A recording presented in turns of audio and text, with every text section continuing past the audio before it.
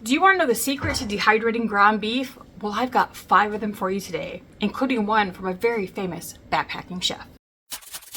When you're dehydrating ground beef, you may find that you like the texture of it after, and that's cool. But there are quite a few people who dehydrate ground beef and they go, ugh, that doesn't taste so great. I don't like the mouthfeel. I don't like how it chews. So today I'm going to share 5 secrets with you how to make the best ground beef for your pantry. 1, do it the old-fashioned way. Brown your ground beef really well. Strain it off. Make sure you get all the fat out of it that you can. Put it on some paper towels or some newspaper to get up all of the fat before you put it into your dehydrator. But here are some other secrets to help. And hi, if we haven't met, I'm Darcy from the Purposefulpantry.com, where we talk about dehydrating all the time and all the things so that you can have shelf-stable food on your pantry for your family to save money, time, and some of your sanity when you're making meals for your family down the road. The very first secret is to use the best lean ground beef that you can find. Whether you're doing ground chuck, ground sirloin, those really lean meats to grind into meat, or like me, I don't have a meat grinder and my store no longer has the ability to grind meat. I just have to buy 93% lean, 7% fat. Taking out the fat makes dehydrating easier because you're not trying to manage all that fat in the machine, and it will make your storage later even better because you don't have to worry about all the fat turning rancid. Trick. You would never cook meat and not season it somehow. Whether you add salt and pepper to it, whether you add onion and garlic salt, or you've got some peppers in here and onions with it, you always season your meat ahead of time. Which I think is also one of the problems that people have with dehydrated ground beef is that it's not seasoned before they cook it. So I'm going to do a little something different with this batch. We're going to go ahead and just add some taco seasoning to it, which is going to contain a lot of those things. And we're going to make taco flavor meat before we start. Now, I'm not a hiker or a camper. I don't have any kind of really great information for those of you who do this normally. But I know for me, one of the things I want in my dehydrated foods are to give me a shortcut. Less for me to have to get out, less for me to have to manage. So I want to season this before I go. And that way the meat is seasoned before I make the meal. Just like you season every layer of what you're doing when you season your onions and peppers and mushrooms before you cook them, when you season your pasta, we're doing the same thing here.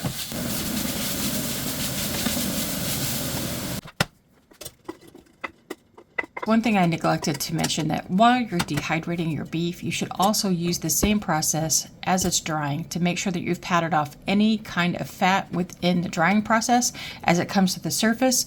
I didn't have to with mine because it's so lean, but if you find that you're using a less lean cut of beef, do the same thing with some extra paper towels and pat off any fat that's come to the surface of your drying meat. So we're doing this in batches. One batch is in to drain, another batch is in to, for me to get the rest of the fat off. And see, this is, you can see here, where this is a pretty baby blue towel, this is moisture and fat. So it's not just fat, there's gonna be moisture in the meat too, but we wanna get as much of that out of here as possible to make dehydrating less time consuming. People choose to go ahead and rinse at this point. I choose not to do that because I don't want that going down my drain, because your plumber will tell you no fat down your drains ever, because what can happen is the fat goes into your drain and it cools off really quickly and starts sticking to the side of your pipes. Over time, that begins to really build up and cause a clog later. Okay, another way you can cook your beef, another tip, is to boil it. You can do much more at one time than if you're simply frying it. Cook it in a boiling water as good as you can, and it comes out a lot like the texture of Taco Bell meat. Then you're going to put it strain it out and put it onto paper towel lined trays to get rid of any excess moisture and fat. I find that the boiling method removes more fat than simply frying. It just makes it easier and I can do more at once. Let this pat it out dry to take off any extra moisture and fat as well. Then when you have the cooled leftover liquid, put it in your refrigerator and it will form a fat cap. Take the fat cap off and you have broth. Now here's the tip that backpacking chef shared about making tender dehydrated ground beef. He uses breadcrumbs, and I'll show you how to do that in just a minute. So my secret to making breadcrumbs easy is not to bake bread on my own and then make breadcrumbs out of it. But I go and shop the clearance section at the store. The bakery section often has bread for $1.25 or less, which is what my goal is, less than $1.25. And then I come home, cut this up, put it on my dehydrator trays, put it in my dehydrator anywhere from 135 to 160 because the temperature doesn't really matter. And in about 12 hours, I have bread croutons, which I can then bash up and then put into a grinder to make breadcrumbs. And that is the easiest way. And if you want to flavor those, you can just add some herbs into it as you're mixing it all up, and you've got seasoned breadcrumbs. So for our next trick, this is what the backpacking chef teaches. Take your breadcrumbs, and you've got about half a cup of breadcrumbs for every pound of beef that you're working.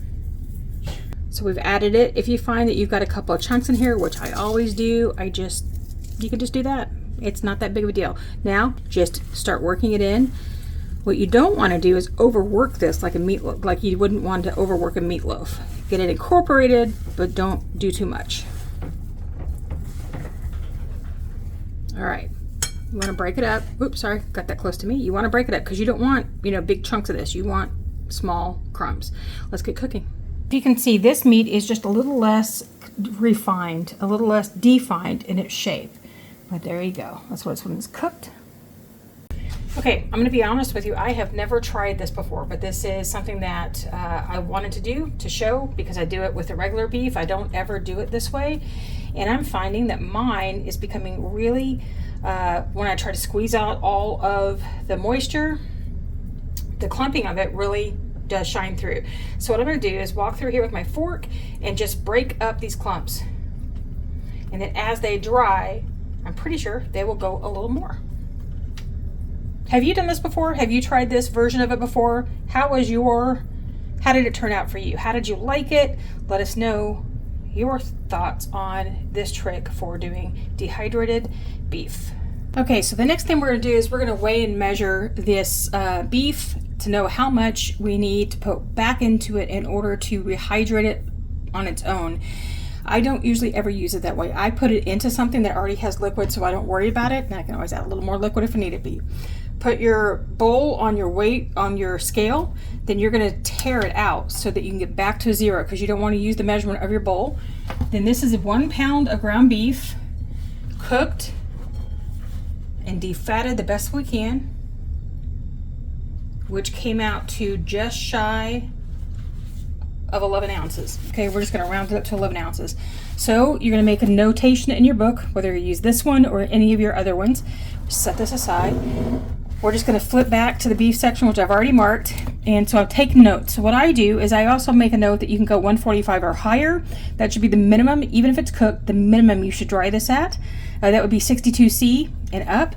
So my yield here, volume before, was 16 ounces. Okay, no, that was raw. We're going with the cooked is going to be, we're going to go with 11 ounces.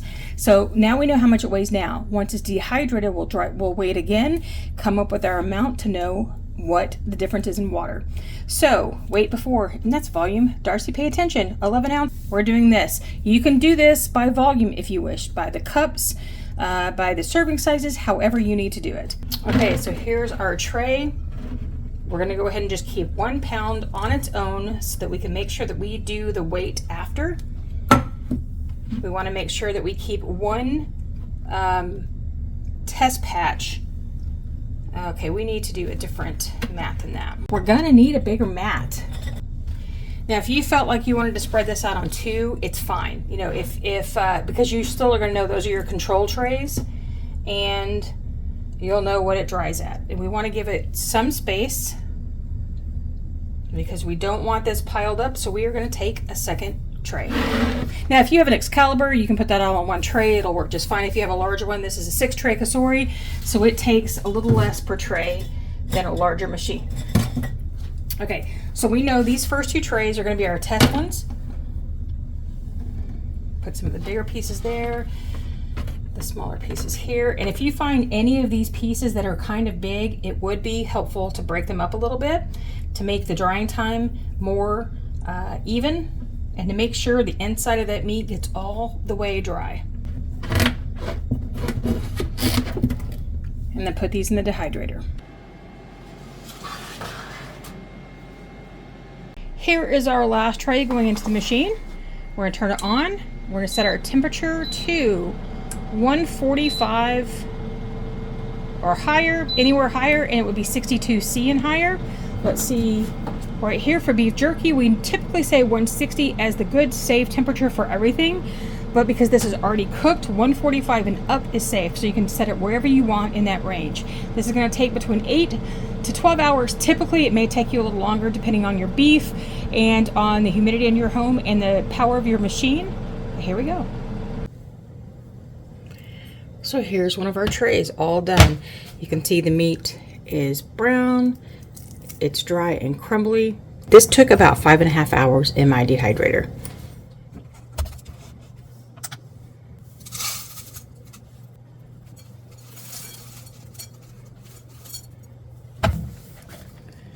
So from the original 16 ounces of raw ground beef to the cooked version, which was about 11 ounces, it was 10.9, we're down to 4.4 ounces. So we're just going to pull up in the book or your notepad, whatever you keep all of your notes on.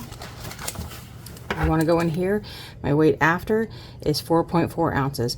So the difference here is 6.6 ounces of water weight that we've lost to get back to your cooked weight. So when you're going to rehydrate this, you need to make sure to add at least 6.6 ounces. I would round up to 7 because sometimes things need a little extra water.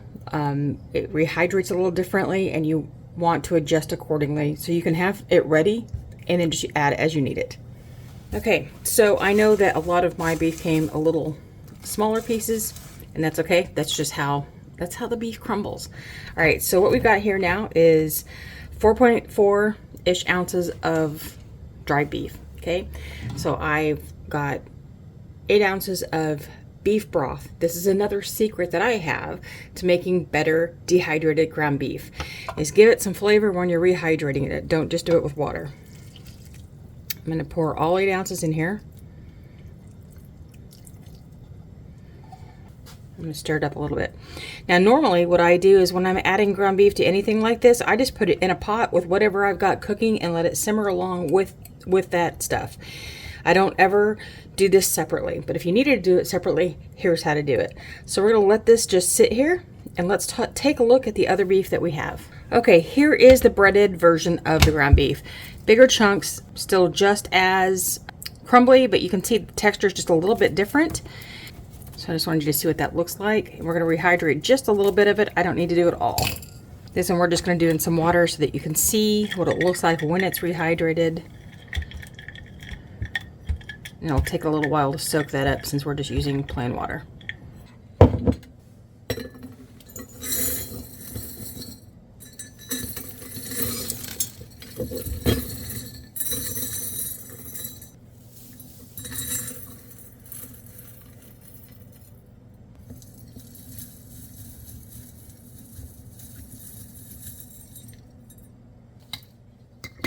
Okay, so now that we've got our cold ground beef dried and in a jar, what do you do next? Here's the controversial thing. Typically, we would say that dehydrated beef is not reliably shelf stable for long because the fat that's in the meat can turn rancid over time, which is the problem with doing all dehydrated proteins, that any fat can turn rancid. It's not that it's unsafe to do the beef, it is not shelf stable reliable. So what you'll see is a lot of people will put this on the shelf with an oxygen absorber and assume that it's going to be good forever. You may get many months out of it. You might not. You might find that after a little time it starts to smell. That smell is the fat rancidity. So typically we would say store this in the freezer for best results. You can still take it out for trips. You can still take it out for short term. Best results. But you can choose what you want to do in your own home because it is one of those things that it's just sort of trial and error. You might get months out of it. You might not. We're going to test this beef and I'm going to leave it on the shelf for quite a while. And I'm going to see what happens with it. If I keep it, I usually keep it on the shelf for about 3 months and then I put it in the freezer because I don't trust that it's going to stay well. But I'm also using really lean ground beef with almost no fat. If you've got a really fatty beef that you've been using, I would recommend go ahead and store it in the freezer just for best results. All right, so let's get to vacuum sealing this because this is one thing that I will vacuum seal. Take off the cap there so you have the regular mouth lid. We're going to put the wide mouth on. I love this new vacuum sealer I've got because it's hands-free. The Food Saver vacuum sealer is great, but you have to hold it. This one is hands-free.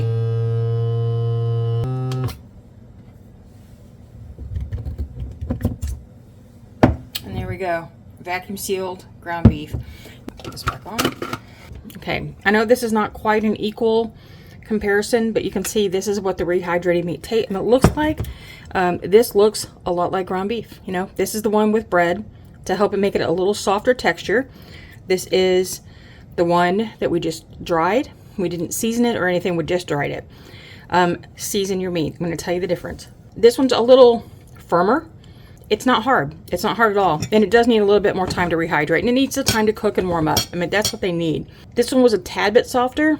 But I think if you actually do what I suggested by actually seasoning your beef beforehand, they're both going to be fine, especially if you give it time to cook and warm up and absorb all of the flavors from the dish that you're making. So now that we've rehydrated, we've weighed, we've tested, we know what this is like, and we've stored it, how do you use this? Watch this video right here. Replace the freeze-dried with dehydrated, and you've got a meal in a jar. Until I see you again next time, happy dehydrating.